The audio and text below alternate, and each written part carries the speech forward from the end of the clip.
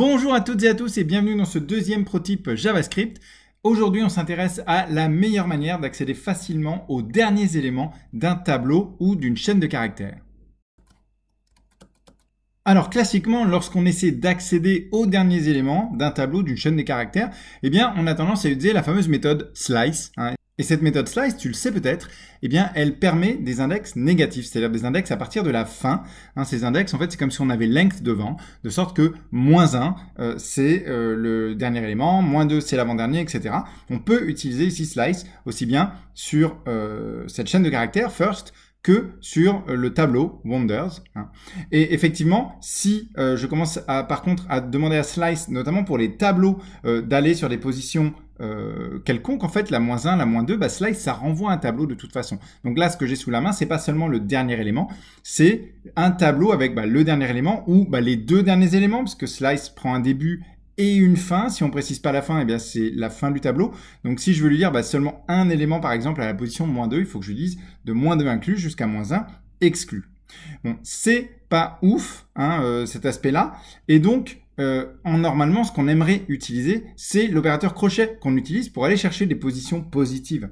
D'accord ? Le problème, évidemment, c'est que si j'utilise l'opérateur crochet avec des positions négatives, comme ici avec -1, eh bien, ça ne va pas marcher. Et pourquoi ça ne va pas marcher ? C'est très simple, parce que l'opérateur crochet, c'est l'opérateur d'indexation indirect.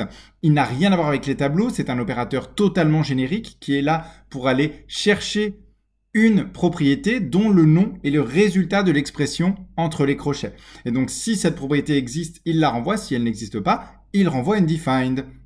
C'est la raison pour laquelle on est régulièrement obligé de faire ces trucs dégoûtants, dégueulasses, verbeux, avec wonders, crochet, wonders.length -1 ou first, crochet, first.length -1.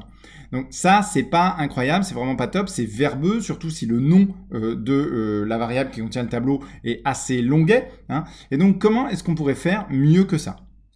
Il y a une approche assez technique qui est rigolote, par contre, qui consiste, lorsqu'on renvoie des tableaux comme ça, dont on veut qu'ils puissent être indexés par des positions négatives, à les enrober dans un proxy. Si tu veux en savoir plus sur les proxys, il y a mon talk sur les proxys en anglais à Frontiers, il y a la doc MDL en français sur les proxys, tout ça est dans la description. Et je ferai un talk en français à BDX.io le 2 décembre 2022 sur le sujet. Mais voilà un petit exemple. Si tu as envie de retrouver ce code et de jouer avec, eh bien, suis le lien vers l'article compagnon de cette vidéo dans la description et tu pourras le copier-coller à l'intérieur. En tout cas, là, on a un petit proxy Blindax pour des propriétés négatives prises en charge. Et si je me mets à l'utiliser, voilà, j'enrobe en fait mon tableau avec un proxy comme ça. J'obtiens un nouveau tableau, en fait un enrobage du tableau d'origine, et effectivement via cet enrobage je peux accéder aux propriétés par leur position négative, -1, -2, -3, j'obtiens directement l'élément puisqu'en fait le proxy va convertir ça vers la position positive correspondante.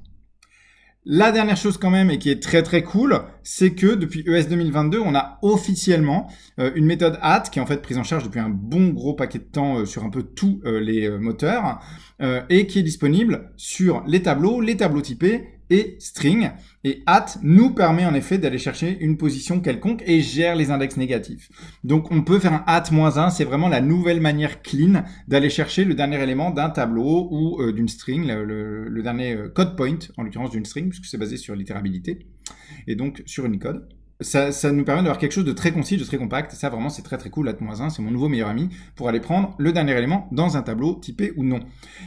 Petit bonus, depuis ES 2023, donc c'est l'an prochain, mais c'est déjà garantie officielle à ce moment-là, au moment où sort cette vidéo, et c'est déjà pris en charge par beaucoup de moteurs. On a enfin find last et find last index qui nous permettent d'aller faire l'équivalent du find de ES 2015, mais depuis la fin du tableau. Donc on lui file un prédicat, il nous renvoie le premier élément depuis la fin du tableau qui correspond à ce prédicat.